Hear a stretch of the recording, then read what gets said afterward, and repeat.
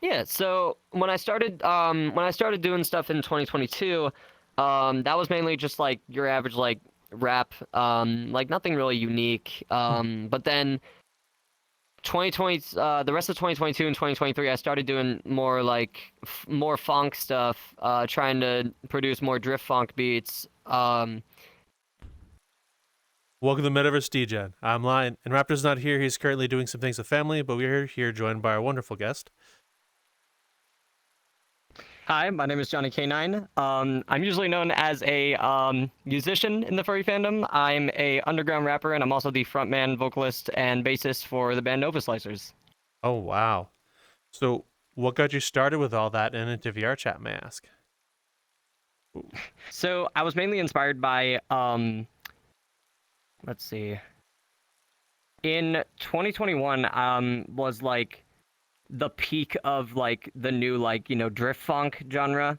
And so as I was listening to a playlist of all that kind of stuff, I noticed there were like some rappers that actually like wrote lyrics over those type of beats. So hearing that, I was like, I think I could do something like that, because I've seen a lot of musicians in the furry fandom, and you don't really see a lot of like rappers in the furry fandom, especially.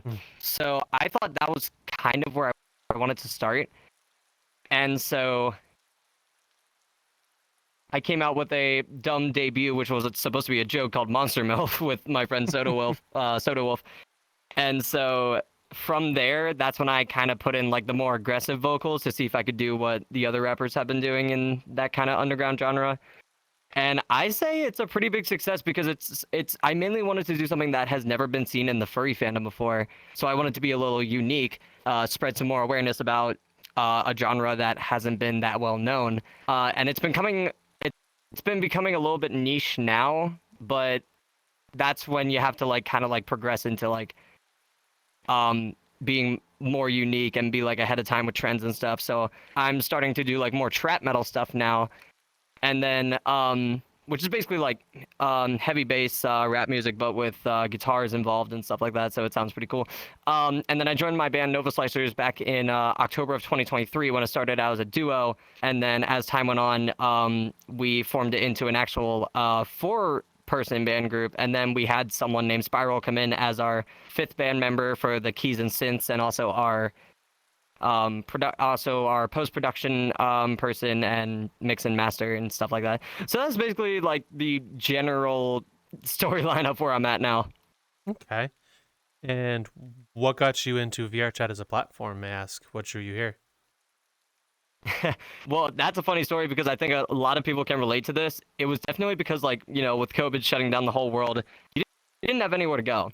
And so I've been, like back in 2019, I actually played VR chat on desktop a few times, met a few nice people and stuff like that. Okay, like I see you.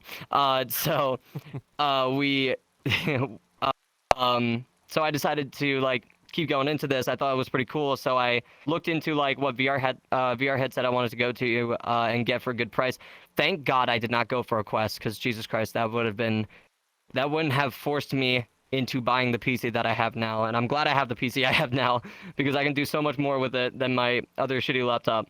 And so basically from there, when COVID shut down, it was 2020, I couldn't do anything. I saved up enough money to order one of the Oculus Rift CV1 headsets, which were refurbished from 2016, I think. And from there basically was the beginning of my VR journey. I had no idea what I was doing. I just wanted to, feel like I'm going out there and stuff like that. And so, yeah, it's basically, that's how amazing the VR chat is. It makes you connect with the outside world, makes you get known worldwide. You get to meet people from like around the world. It's amazing. It's an amazing community here. Okay. So what got you started with music in general, and did you do it prior to VR chat? I started at like the age of 6 when I had this dream that I wanted to be like a really, really good musician one day, and I would have that be my dream career. So at the age of 6, my family got this game called Rock Band. It's pretty popular now. This game, we've gotten like some games from the Guitar Hero and Rock Band franchises, and we had family game night on the Wii with it. And seeing that was basically my inspiration to make me keep pushing during my childhood to achieve a dream like that. And so as time went on, with the Rock Band and Guitar Hero series slowly dying, it's 2015. The last games came out, which was Guitar Hero Live and Rock Band 4.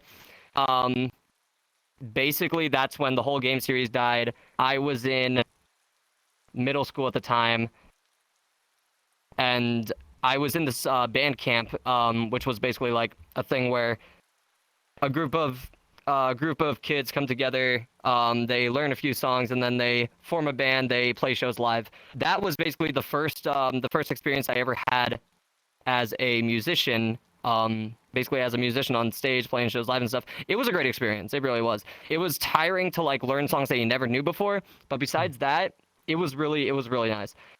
It's that's what also gave me a more motivational push to wanting to do my own thing. So then fast forward to 2021, that's when I started like really dreaming about like taking my music talent and putting it into the furry fandom. And basically, I didn't really do much with it. I procrastinated a lot about it. And honestly, I wish I didn't, because I would be releasing so many bangers of 2020 and COVID and everything. Like during that time, I think that's when I would have popped off. But like, yeah, so I procrastinated, and then out of nowhere, I wrote the stupid rap song as a joke, Monster MILF, and it turned out to be my first ever debut. People loved it. I did not expect for it to get the attention I thought it would, but that's definitely the push that kept me going. And there was definitely a time where I had to show my mom the song, because she was curious, like, what do I keep hearing? Like, I've been catching wind about this. So I showed her, and her reaction was priceless, honestly. She's happy I'm successful with it. She's happy I'm successful with my music, but she has so many, like, she gives me that weird look whenever I talk about my music, but like overall, like, my family is happy with that I'm successful with my music. And so that was basically the start. I can't believe it sounds cringe now to say I started as an underground rapper, but you know, it's different, and I'm just trying something new. Well, I think it's a pretty cool way to start to get into music. So when you started writing music in the underground rap scene through what you do now, what were some of the inspirations for the music and the reasons for writing things, may I ask? Oh, perfect question. The main inspiration behind what I write now is, well, usually I sometimes write spicy content like Monster MILF, Mama Jin, All My Friends Are Porn Stars. What else is there? Slutty Tigress. That one was cringe as fuck. I can't even listen to that one myself. That was so cringe. But hey, if people love it, I don't care. But yeah, and we have songs like that, and then there are songs like Burn Alive, Cyber War. All My Friends Are Porn Stars also ties in with this. Derecho, and a bunch of others. Songs like those are basically the songs that I write whenever I'm in a bad mood or I just need to get my anger out somehow. So I always, like, whenever I'm frustrated, sad, or angry, I will literally jot down a verse or two, and next thing you know, over time it'll become a song. And so if you struggle with like writing songs and you have writer's block a lot, try finding a mood that you want to, like, you know, vent about, and instead of venting about it to someone else, write it down on a piece of paper. Try to write it down, maybe try to find words that rhyme with it, like try to write it like a poem, and then eventually, like, it'll become a song, because that's what I do. Okay. Now, what got you into writing your own verses, and how did you get into it? Or was it a long process of learning to write the lyrics down, or did you like jump right into it? I mean, it was kind of, I didn't think it would be easy, and it definitely wasn't at first. But it's mainly like the process of, like, don't overthink it. It's write it down as a poem. Don't care about, like, don't pay attention to like where the syllables are yet. Worry about that later. Because eventually you will figure that out as you're going along and try to like play the song in your head, see what your brain can come up with. But before you do that, just write down like kind of like a poem style, and see what comes out, because you never know. You could write like the next hit. At this point, like, it's so easy to get a little bit of luck that could get your song like 1 million streams in like a month. So, but sadly I haven't gone through that, but I have had a really good boost with songs like Mama Jin that hit 1,000 streams in one night. I had a collab with When Snakes Sing, which kind of like gave me more attention. So if you're looking for a great way to get more attention, collabs do help. So I believe I answered the question. That's basically it. Oh, of course. Now, with the songs and lyrics, are there any that mean anything to you? And is there any? What are some of the songs that your audience enjoys? Oh, definitely. Yeah, all of my songs have meaning, and basically, I like to write stuff that people can relate to. I like to write stuff that makes people feel what I felt when I was writing those lyrics. Even with the spicy shit, like, it's not really relatable, but it's enough to be like, damn, this sounds hot, kind of thing. It's like, Mama Jins sound hot. They're cool. But yeah, it's that kind of thing. And also, I'm sorry, can you repeat the question? What are some of the songs or lyrics that mean something to you, and what are some of the ones that your audience enjoys or connects with? Yeah. Yeah, sure. My audience definitely tends to connect with the anger music, and of course they only like the spicy songs like Mama Jin only because of like the lyrics, and basically no one has written songs about a Mama Jin before, so I'm the first to ever do that, and I guess that's the reason why that song is mainly popped off. I also write a little bit of like some nerdcore stuff. Like I write songs about video games. I've written a song about Buckshot Roulette called Roulette, and that song actually got a lot of attention because Buckshot Roulette was so popular at the time. I've also written a song about the game Don't Scream, which is a horror game that basically takes you through like found footage, but like it detects your microphone. So if you talk too loud or scream or anything, you automatically die. And it's basically a jump scare simulator. That's what I like to call it. So yeah. And I also written a song about there's this horror world here on VRChat called Rar's Horror Hideout. It's basically a dark XD ride, but in VR. You sit in a chair and it takes you through a whole story and jump scares and shit. It's so clever. And so I was like, I had to write a song about that. So I did write a song about it. It's called Psycho Trio. So like I'm starting to get into more like nerdcore stuff, which I'm really happy about. I was gonna write a song about Poppy Playtime Chapter 3, but that didn't really. I lost motivation for that one. Maybe if Chapter 4 comes out, I'll keep writing that one. But yeah, my songs do have meaning. My listeners do love to connect with the lyrics, especially if it's their interest, like the video game or the spicy shit or the anger. It's like I felt that before, that kind of thing. Okay. So with that said, was VRChat your first time ever doing shows, or did you have some experience playing and singing for people outside of VRChat before you got in? When it comes to my original content, yes, my first time ever performing my original content was in VR. But before VR, I do have experience of being on a stage. I was a theater kid, so most of my stage presence was on stage, like acting and stuff. But before that even, I was part of that band camp that I was talking about. I sang in there. I played bass. I played a little bit of guitar. I played drums. I would say that was my very first experience, and I'll be honest, I haven't done anything like that IRL since like 6 years ago, and I really want to do it again, and this time I want to do it with like my own original stuff, but like it's really hard because I live in New Jersey, and New Jersey isn't really known for like the underground rap scene. I feel so out of place, like you have no idea. That's why I reverted to VRChat. And VRChat really helped me out to like actually get my music out there, because it's not only like getting me well known locally, but it's also getting me well known around the world. And so that's actually basically how I developed my fan base. My fan base was developed from performing in VRChat. I don't know if it would have the same effect. I don't think it would have the same effect if I tried doing it IRL, but I definitely want to perform shows IRL. I did apply to perform at Furrydelphia 2025, so if you're attending, look out. I might be on that stage. They don't really have performers there, but they are considering having me perform there, having Nice the Singing Dog perform there. And my friends have been recommending the chairman and the staff about me. So I think I have a high chance of being accepted to perform there. And I'm also, and for VRChat wise, a performance coming up, my band Novaslicers is going to try to apply to perform at the next Furality, and we're really hyped about that. So what was the first instance of VRChat that got you into playing here in VR that inspired you to do so? What was it like at the time? Yeah, so I started my main part, very first performance in VRChat was actually just me going around public club worlds, in desktop mode and just, like doing like that kind of like open mic thing where I grab my acoustic guitar, strum a few chords, sing a few songs, cover songs, and I gain a lot of attention. And I even put my Ko-Fi link in my bio, and next thing you know, people started tipping me. Like I was some sort of street performer, and I was actually impressed. I made $20 one night just from playing in a random public world.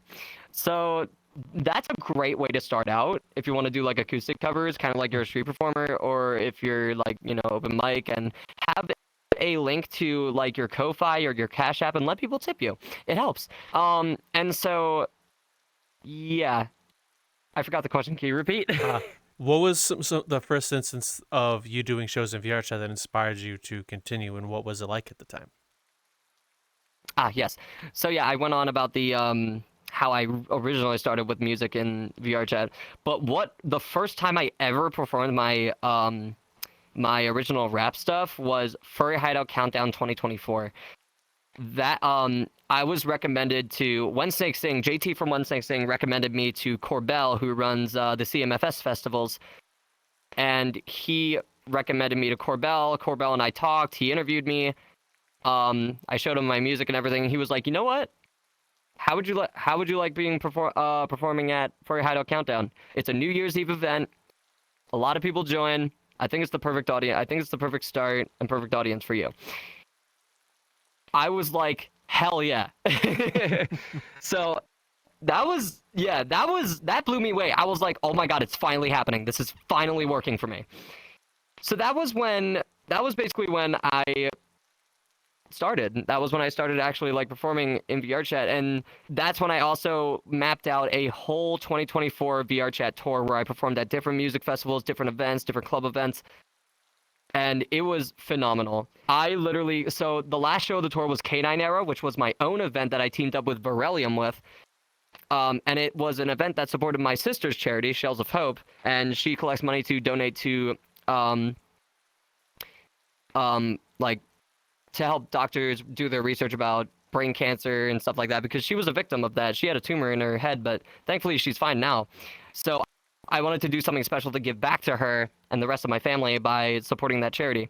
So I was a co-host for that event, and I was also one of the performers there.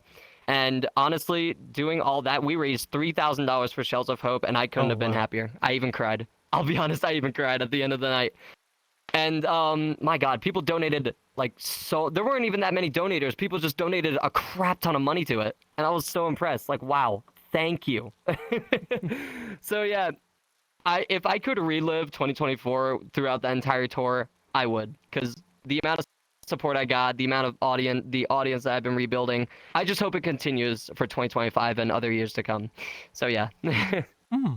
Sounds like you've been up to a lot. So harking back to the Furry Hideout 2024, the New Year's Eve event that started it all, what were you anticipating when you first got up to it, and were you correct or wrong in your assumptions when going in? Well, I think my assumptions were either, will this be a waste of time, or will this actually be worth it? I couldn't really decide on the two, so I guess I went with like one of them, but I forget which one. But definitely the one that stuck with me was definitely worth it. My monthly listeners went up. People wanted more songs, so I'm like, you know what? I'm gonna do a challenge. Throughout 2024, I have to release at least one song a month. I nailed it. I was able to do that, and I was so happy with myself. So, so yeah, that happened, and there's a funny story that's been kind of like caused drama a little bit, but like not as much drama. It was more funny than dramatic. So there was this Christian furry that had a Momogen avatar, and she joined the instance when I was performing the song Momogen. Immediately, she goes straight to the staff, starts complaining, saying that I'm objectifying women because of the song. And I'm like, there's no way this woman's real. So I'm not going to say the name because I don't want to cause drama, but I will say that she also ratted me out on Twitter. I'm like, bro, where in that song does it say I'm objectifying women? Have you not listened to Lil Nas X? Have you not listened to friggin' Kendrick Lamar, other rappers that talk about like big sexy girls and getting explicit with the lyrics? Like, come on, bro. I'm not any different. The only difference is I focus a little bit more on the furry side of things. So next thing you know, I just blocked her because like I quote tweeted it saying, imagine being offended by a song that has nothing to do with objectifying women. And then I just blocked her after quote tweeting that. But yeah, that's basically the funny story behind that show. And honestly, with drama like that, you know you are going to get big from a drama story like that. Interesting. So was that that was the first day, correct? Yes, correct. That was the first ever time I performed my stuff IRL. Wow, in VRChat. That's a pretty interesting way to start off your performances in VRChat, to be honest. Yeah, when I stopped, like right after the show, I walked off stage and Corbell comes up to me like, Johnny, so we just had a complaint, and I'm like, what happened? It's like, no, it's not your fault. Some girl was complaining about your song Mama Did, and I'm like, I could have expected this, you know. Okay. So you said shortly after that you made a challenge to release one song a month for the entire year. What is the process for you writing a Correct. song, and is it easy or difficult to achieve that challenge? Well, it would definitely be difficult. It was kind of a little bit easier for me because I had a lot of lyric drafts saved, and I really wanted to do something with them.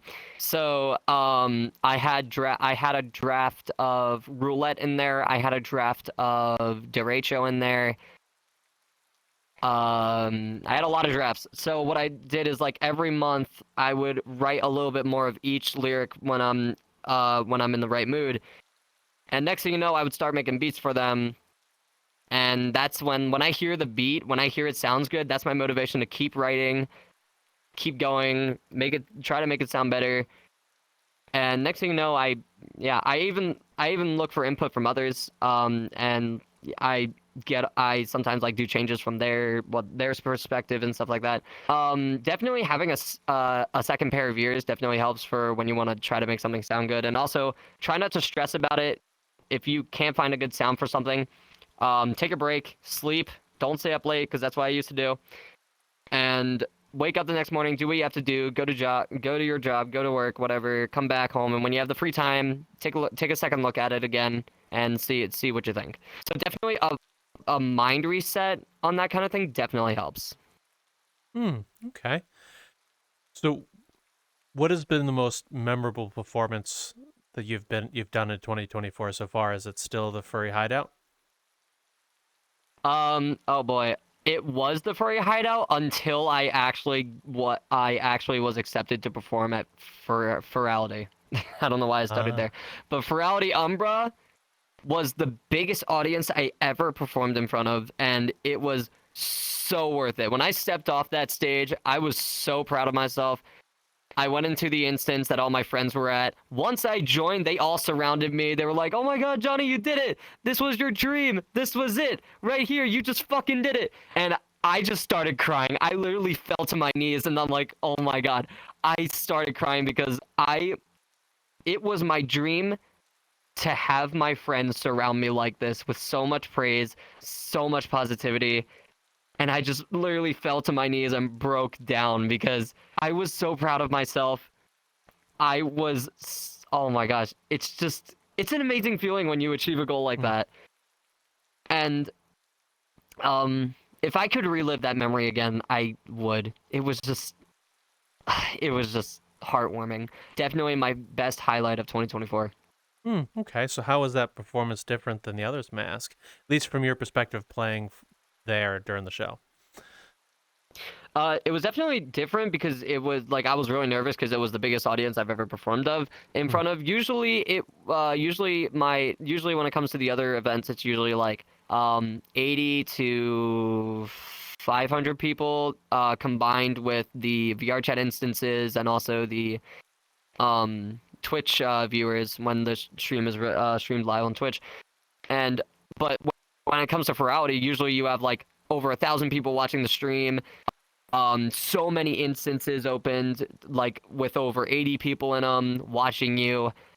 It was nerve-wracking. I stepped on that stage and I was like, all right, just like the number one advice I could give to you is if you're nervous, have some fun on the stage. Like, get energetic. Even if you have to like chug 2 energy drinks or some shit, get energetic on stage, because as long as you're having fun, the audience will follow you. The audience will follow your energy, because you can send your energy out to others, and that's the energy. That's the pro tip I go off of. My friend DJ Phoenix, she told me that, and so I basically have been working off of that this entire time. And it really helps. It sends the crowd then sends the energy back to you, and that's where you the nervousness fades away and you just go right into it.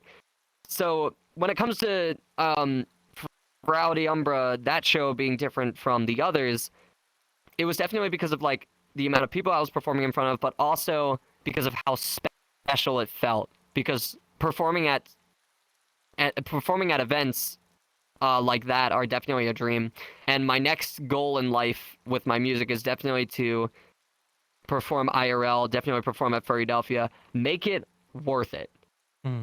So yeah, that's what makes a difference. Okay. So I remember you said in the beginning, or at least it sounded like you changed genres at one point when you were creating music. What made that change the genre, and was it easy to do the switch from what you started with to what you chose to do? Yeah, so when I started doing stuff in 2022, that was mainly just like your average like rap, like nothing really unique. But then 2020, the rest of 2022 and 2023, I started doing more like more funk stuff, trying to produce more drift funk beats, and like getting more aggressive with my vocals and seeing what I could do to make my vocals sound unique. And that's when I realized like my voice can do a lot of interesting things. And so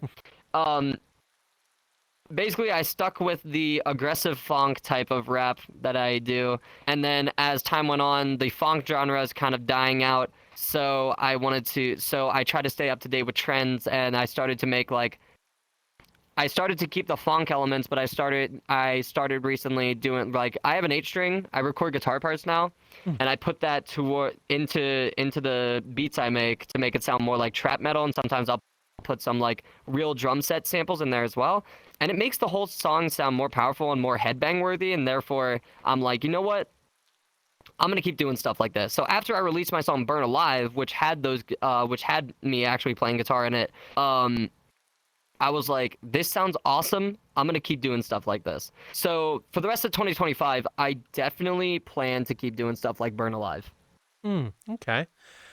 So did you so you play all your own music, or what are some of the tools you use to create the music outside of vocals? Sorry, tongue-tied. Yes. So I bought a copy of FL Studio Producer Edition, and then I found like a bunch of like drift funk sample packs, and it definitely helps. But then I started like thinking like, what else could I get? What else could I sample? So it was mainly those samples, but then I also use like when it comes to putting filters on my voice, I usually use a chorus filter, a little bit of blood overdrive to give it like more aggression.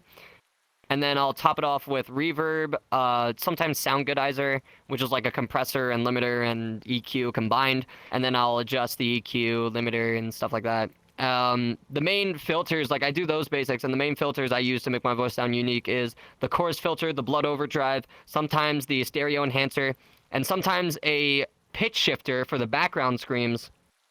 Like, for example, the background screams in All My Friends Are Porn Stars, Burn Alive, like they kind of sound like Call of Duty zombie screams. That's because I use a pitch shifter that I put down like a tiny bit, but I also keep the regular pitch on as well, so it has like 2 tones.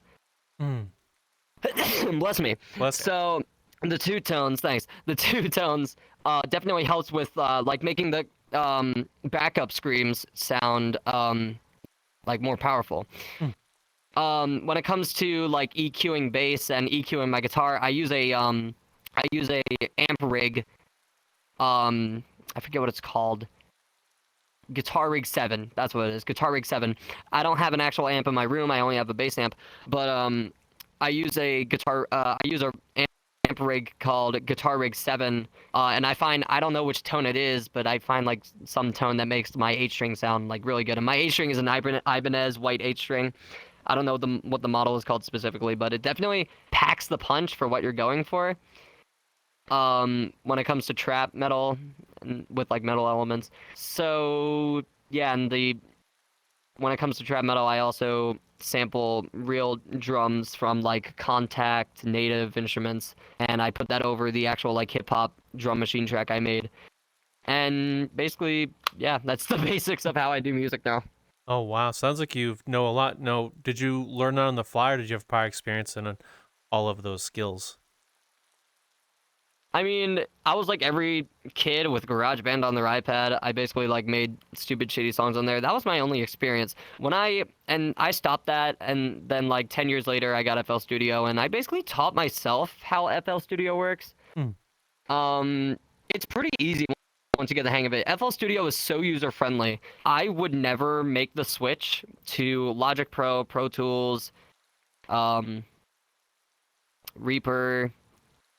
What's the one that starts with an A? I don't even know. I forget what it's called, but yeah, it's FL Studio is so user friendly, and it's the least confusing in my opinion. I'm being forced to learn Logic Pro and Pro Tools in college, and my god, it's hell. I'm gonna be honest, but like I'm trying to learn because it's like what my mom says. It's more tools for your toolbox. So if there's a job that ever needs like someone on Pro Tools, like I'll know.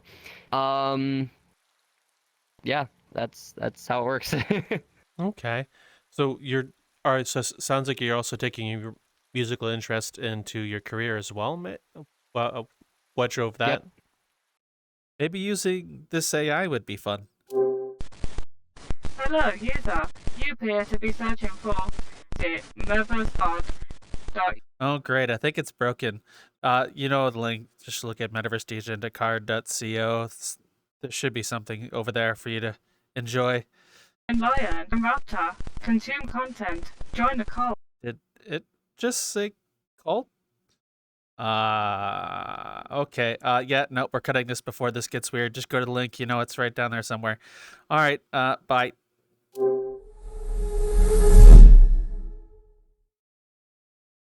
And a huge thanks to those who have subscribed to our Patreon, such as Niche, Future Oracle, Aliquum, Forbidden Zero, and Frozen. Thank you all very much for being there. I just wanted to like if I like it's for something that like if I can't be the rock star that I want to be, the musician that I want to be, and make a full-time career out of it, at least I can maybe try to find a full-time career in the behind the scenes of the music. So like, you know, like maybe booking manager,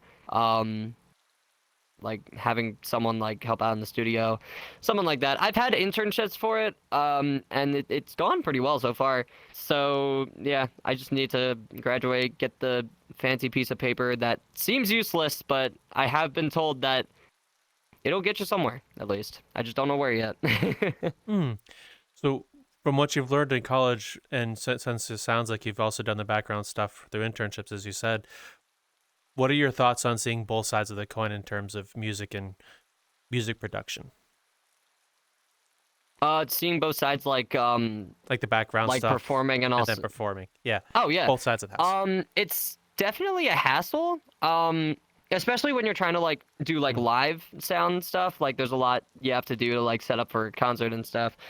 But when it comes to like studio recording and stuff, that's 10 times easier. You just have to like set up a small studio space, like mic some stuff, mic a drum set, make sure the vocalist sounds good, check the levels. There's way more in depth to that. I'm just saying the basics. But like it seems like a job that could definitely like help me find inspiration to keep writing my stuff. So, and also it'll help me find more skills to do stuff on my own. Cause like, I'll be honest, the music I make literally sounds like it's recorded in a professional studio. I record my shit in the basement I'm sitting in now. Literally the only soundproof I have is my couch and my carpet. And I have a Shure SM7B microphone, and I literally don't have a vocal booth. I just record it right there on my desk. It sounds professional because you can literally make it sound professional. I'm not the only person that does this. There are big artists out there, big indie artists out there that do that kind of thing where they just record in their bedroom on their laptop. Cave Town does it. And that's how a lot of people start out nowadays. And it's definitely easier to make music nowadays and release it instead of like 20 years ago where you had to actually like either get a record deal or something like that. Okay. So how do you make your music sound like it's professional then with just your basement and the microphone? Well, you would need definitely a good area where sound doesn't bounce around the walls a lot. So I have like a LGBTQ flag there. I have a print that someone drew for me over there that's like made out of something that can actually absorb sound, so that helps. And also like the walls are kind of uneven, so that way the sound doesn't just bounce off easily. And the carpet on the floor definitely absorbs sound as well. So if you have that, you don't need to like soundproof your walls. Sometimes you may need to, but sometimes it's worth the installment. And basically, you can also make it sound professional from the microphone that you use. I use a Shure SM7B. SM7B is definitely really good for metal vocals, scream vocals, loud vocals, and just singing in general, because it's a dynamic microphone, so it's not like anything fancy in a studio. But it's definitely good enough for any type of vocals you're looking for. And sometimes I record samples on there as well. But the main point is, if you're looking for a microphone that can do it all, I know a lot of like older music producers will probably look at me wrong for this, but if you're looking for a microphone that can do a lot, almost everything, the Shure SM7B is your best friend. Okay. Well, thank you for sharing that. It's a good insight to have. I'm sure there are a lot of people out there that can use that information. With a lot of the skills and tool sets, did you incorporate them over time, or was there certain moments you learned it for a reason, Mask? Let's see, certain skill sets. I basically developed them over time, and then I just kind of knew the right reason to use them. When it comes to the funk scene, the funk genre, I would usually put like, sampled cowbell, sampled 808 cowbell in there in a melody line, and then I would just work off of that. Because that's mainly what funk was. I'm going to say was, because the genre is kind of dying out now. It was one of those phase genres, kind of like what dubstep was 10 years ago. And honestly, dubstep needs to come back. But anyway, so that's what I usually do for that. And then when it comes to more like heavier stuff like trap metal, I will do the same thing. I will add the drift funk elements, but I will also add more heavier stuff like heavier bass, bass boost it maybe a little bit. And if like when it comes to the aggressive genres I make, it's okay if the bass literally clips, because then it actually makes it sound more angry, and that's my main goal with that. A lot of producers would disagree with me, but come on. You gotta do anything you can to make the genre you're making sound good. And so I'll do that, and then I'll also like get my 8-string, plug it in, put it through the guitar rig, and then record a few like really heavy guitar riffs and see what fits in. Sometimes I'll double it with the bass line. Sometimes I'll have it like just be its own separate like lead guitar part. And yeah, that's basically how I make those genres. And then when it comes to my band stuff, we do a lot of covers. Therefore, we either make it our own type of heavy genre, make it a little heavier, or we'll just copy it like it is, and then yeah, basically just like add our own stuff to it. Like we covered "She" by Green Day. That song doesn't have a guitar solo in it. We let Nicky literally just wail on his guitar and see what he came up with, and he came up with the most complex, amazing solo on a 9-string guitar that I've ever heard in my entire life. Oh wow! So, what was it like in the beginning stages of novaslicers, and how different is the music that you make versus what the novaslicers make in contrast? Oh, definitely. It's a very big change because like when I'm just doing my own stuff, it's rap. But when I'm with the band, it's more like rock, pop punk, emo, metal. We're trying to bring back like the emo scene. because that is definitely missed from the 2000s.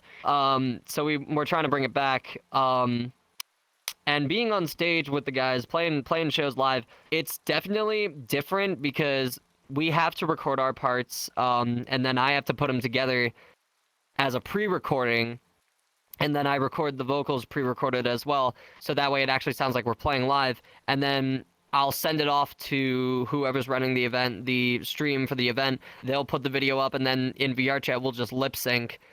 But when we have never done a show live before, because we're literally located all around the country. So we just we work like a long distance band kind of, and we're like one of those VTuber bands like Gorillas. And like the people behind them, but it's more like a mascot kind of thing. But when we start performing live IRL, we're definitely going to be our own selves. Like it's going to be like looking at the people behind the mascots kind of. Yeah. It's going to be great. I literally cannot wait to start performing live IRL with novaslicers.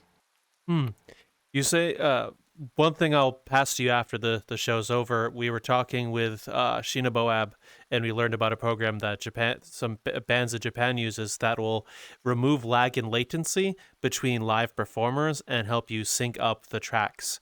So I can send that to you as well for when you and your band start playing live. Yeah, I have heard of that, and the funny thing is no one never told me what it was. I thought it was made up. So if you can prove me wrong, that'd be great. But it'd be great to experiment with that. Yeah. May help you out. So have you done any live performances with your band in VRChat, or has it just been a growing project currently?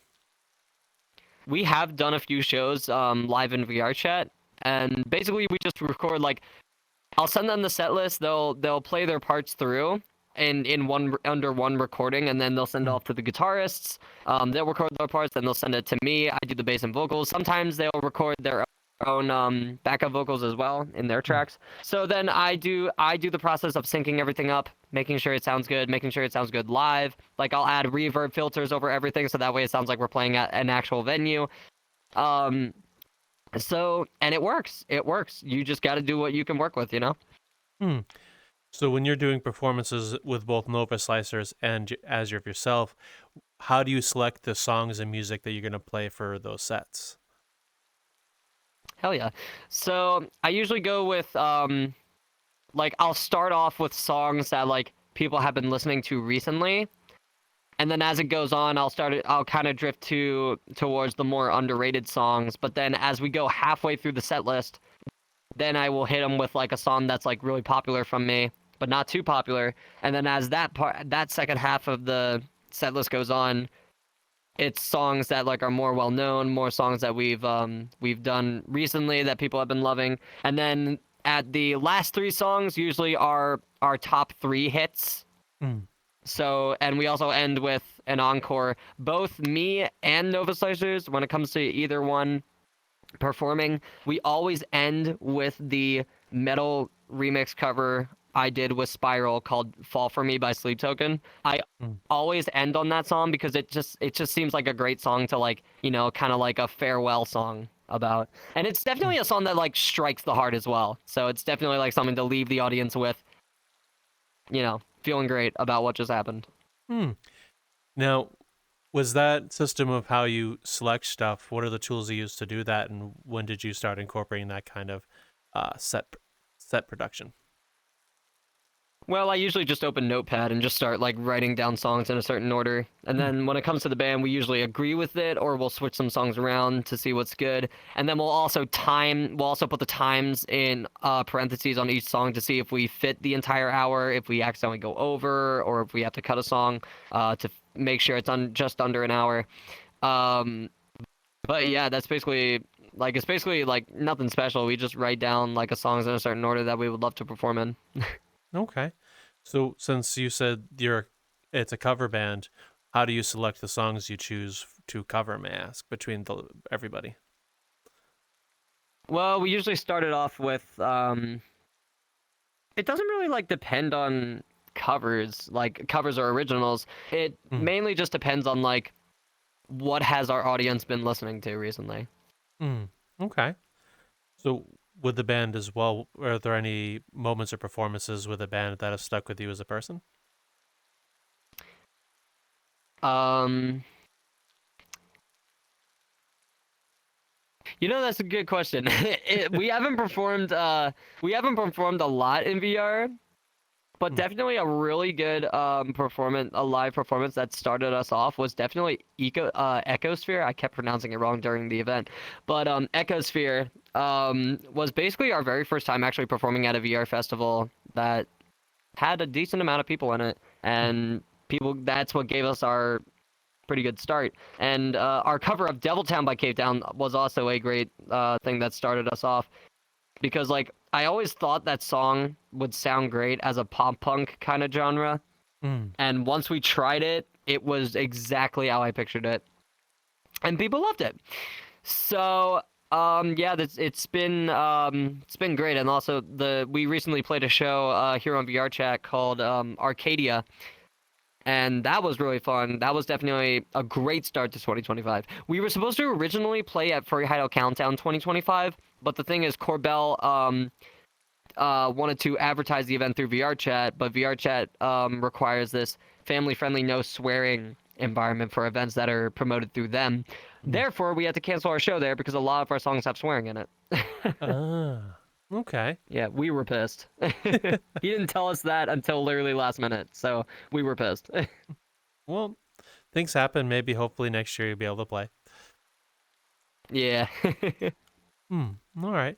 So, with that said, looking back at everything we've learned so far from your journey, did you expect any of this from when you put it on the headset on the first time? I was not expecting this at all. It's amazing what you can achieve in VR if you put your mind to it. When I first put on this headset for the first time, and I launched VRChat for the first time, I didn't think I would meet the friends I have now. I didn't think I would have the support I have now. I didn't think I would have the fan base I have now. It's also when I was doing content creating on YouTube for Let's Plays. When I started doing VR game Let's Plays, my viewers went up. My subscribers went up. My whole analytics went up. But then came the time that YouTube, hardly pays me for anything. So that's when I started reverting to music. And I even did a whole video about it, like the end of an era. And I wanted to keep doing gaming content, but I just lost the motivation to do it because I wasn't making anything off of it. And don't get me wrong, I enjoyed it, but it started to feel old because I've been doing that for over 10 years. And yeah, so I thought my music was my better way of going. But I did recently launch a new gaming channel called Johnnie Games, and that's basically where I'm just going to be doing like Let's Play content for funsies and stuff. Also rhythm game stuff as well. But yeah, I didn't expect any of this to happen when I first joined VRChat with a VR headset. So it's been great. It's definitely helps you achieve your dreams. So I'd actually like to ask about the content creation history you have. What started that, and what are some videos that have memories with you or that have stuck with you that you've done prior to switching over to music? Hell yeah.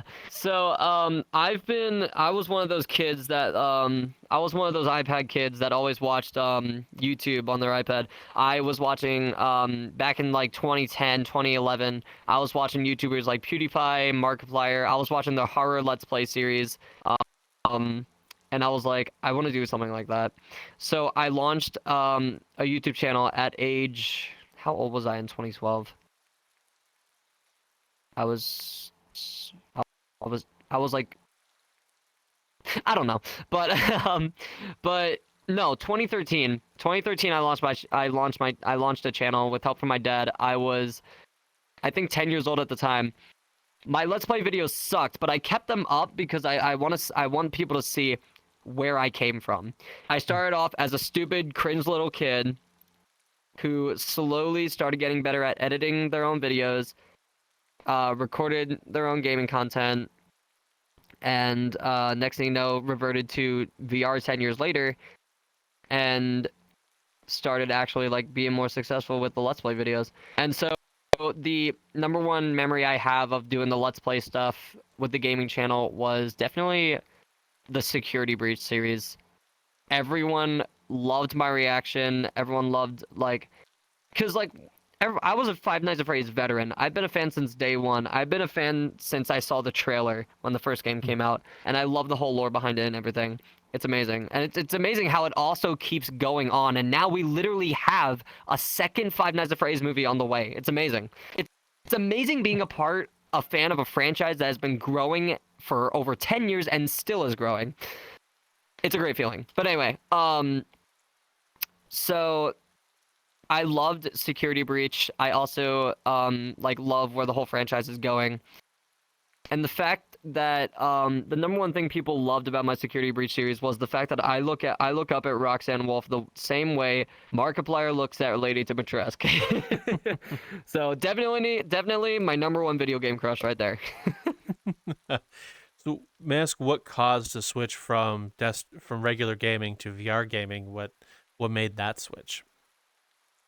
Well, once I made my very first VR video was VRchat, but no, Among Us, but memes everywhere, which was just a video of me and a bunch of random friends I met literally playing the Among Us world, but we were in our favorite memes avatars, and there was literally like, it was a bunch of brain rot, but it was also hilarious. So that video is what kind of started me off, and it got a lot of attention, way more than my previous gaming videos. And this was before the Security Breach Let's Play, keep that in mind. Because I still did desktop games even though I did VR games. So then I started doing the Minecraft VR Let's Play because like I wanted to relive my childhood, but like in 3D. So I started doing a Minecraft survival Let's Play, but in VR. That was fun because I got the VR mod for Java Edition. That also popped off. So I'm like, you know what? I think I should start doing more VR content. And then I learned how to record with the camera in VR. And stuff like that. So I started making TikToks in VR and stuff like that. And I started even before I had a custom avatar. That I started making an avatar. I literally made my own avatar, very first avatar in like 2021. Back when someone bought me a free asset of the Cyberware Zeus. And so basically I just opened Photoshop, retextured the fur to make it red, and that was basically my very first avatar. But like as time evolved, I went through so many models, even the Winter Paw, even the Ghostly Wolf. But now I'm here with the Archer Canine, and I even bought myself an outfit pack for it. So nice. So yeah, it's amazing how much you evolve. Oh, indeed. So when you first hopped into VRchat initially, when you told us you were also doing gaming content at the time, from what it sounds. Yeah. Oh, so what were your thoughts switching into it at that time, playing other games and then getting into VRchat for VR? Well, definitely after seeing it was definitely after seeing the numbers from all the VR videos and the VRchat videos. People loved it because it was something new at the time. It was something new, so I was like, you know what, I'm gonna keep going with this. That's it. Fair enough. Well. Wow. For last couple of questions before we start wrapping things up a little bit here. First of which is, where did you get the name from and why do you still use it? Ooh, okay. I'm so happy when people ask me this question. When I started my content creating back in 2013, when I was only 10 years old, I went with the name Rock Band Legend 2 because, as I said earlier, I got my family got the game Rock Band for the Wii and everything. I grinded that game so hard because of like, you know, it was literally the window to my dream of becoming a musician. I played that game like nonstop. We all started on easy mode. I started playing medium. Everyone started playing medium mode. I was playing expert. My entire family was still on medium. That's how much I grinded the game. I kind of wish I touched grass a little more often, but I could see it was definitely a great start. Yeah,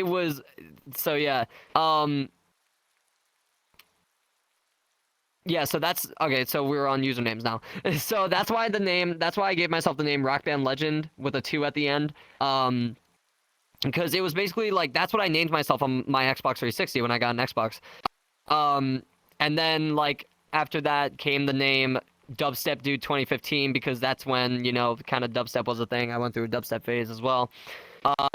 that onto, oh my god, this stupid phase. This was when I'm gonna tell this story. No one has ever heard this before, so listen carefully. That was also the year I became a furry. 2014 to 2015 was the year I became a furry. So I've been a furry for over 10 years. And the way I started was kind of cringe because of my username back then. So I followed this artist. My friend showed me this artist called Vanny Fox, the Safe for Work art, if you know who that is. And that's what I'm like, where can I find more of this art? So I kept looking through their Safe for Work gallery. Because I was underage, I didn't have access to the spicy stuff. But and I that's when I changed my username to Vanny Fox Lover. And that lasted a week. So that lasted a week. And then that's basically when I discovered the furry fandom, because I saw like more of the art, more of the awesome art. And I'm like, okay, this seems like a cool, welcoming community. And that was when Vine was a thing as well. Vine didn't shut down yet. I saw like, fursuiters on Vine and stuff. I'm like, oh my god, this is adorable. This is amazing. There's a whole community for this. I got to get myself involved somehow. And that was basically when I became a furry. I didn't get a persona yet. I just knew I was part of it because of how much I was interested. So then I changed my name to Jmar Gaming, and Jmar stands for like the first initial of my first name, and my last name is Martin. So I put those together, Jmar, Jaymar, Jmar Gaming.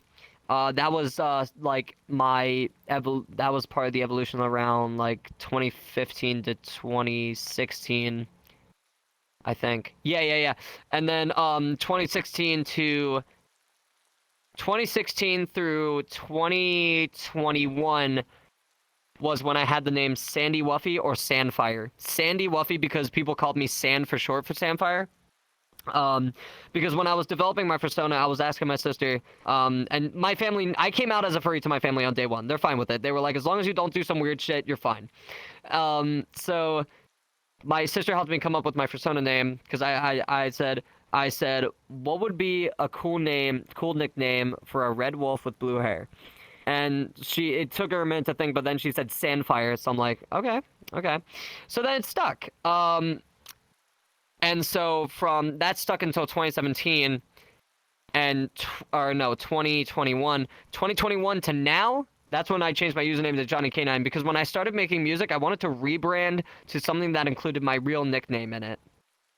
But everyone missed the name Sandfire, so I decided to make it part of my persona's real name. My persona's full name is Jonathan Sandfire Canine, having the username be his middle name. So the legend of Sandfire still lives on.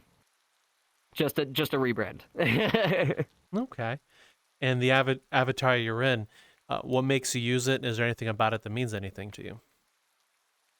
Well, I mean, I based my Sona off of like my IRL personality. So like basically, you're talking to me right now. You're talking to my Sona, and you're talking to me IRL at the same time, because we literally share. I based my persona off of my literal personality IRL. No difference. Literally hardly any difference.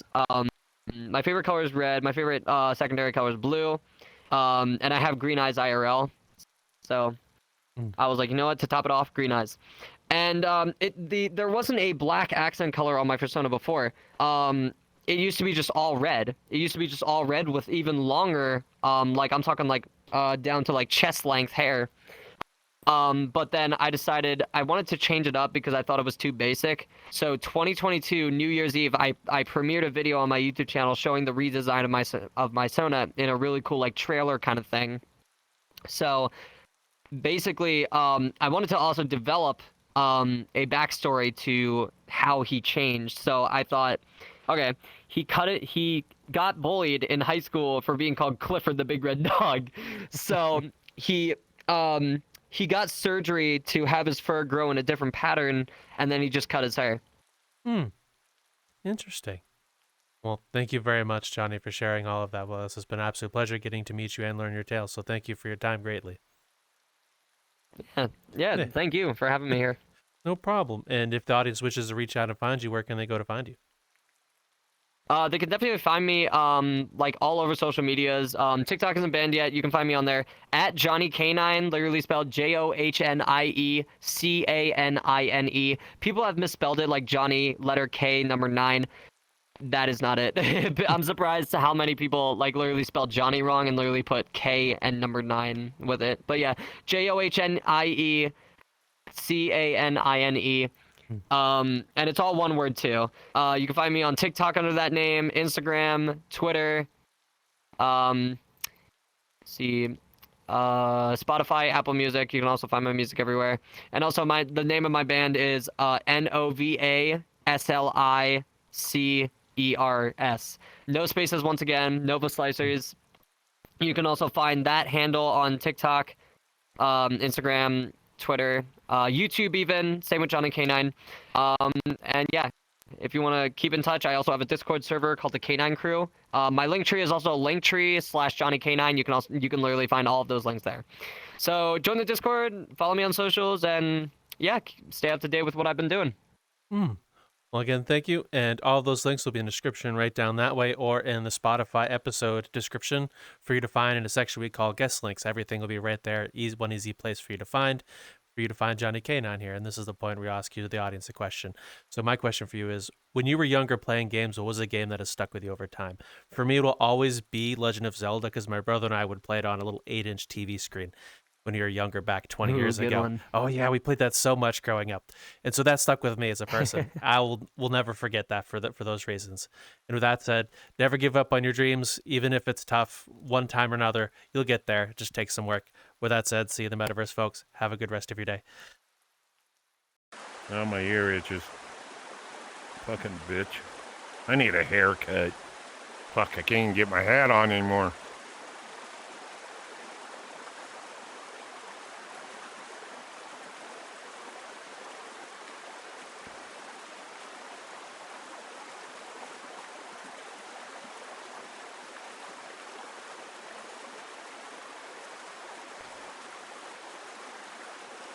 Yeah, up. Yeah, they'll be authenticated. Up and up. Think the thing made it. And on the gun and me. Hey, hey, hey. And my friend and coming by the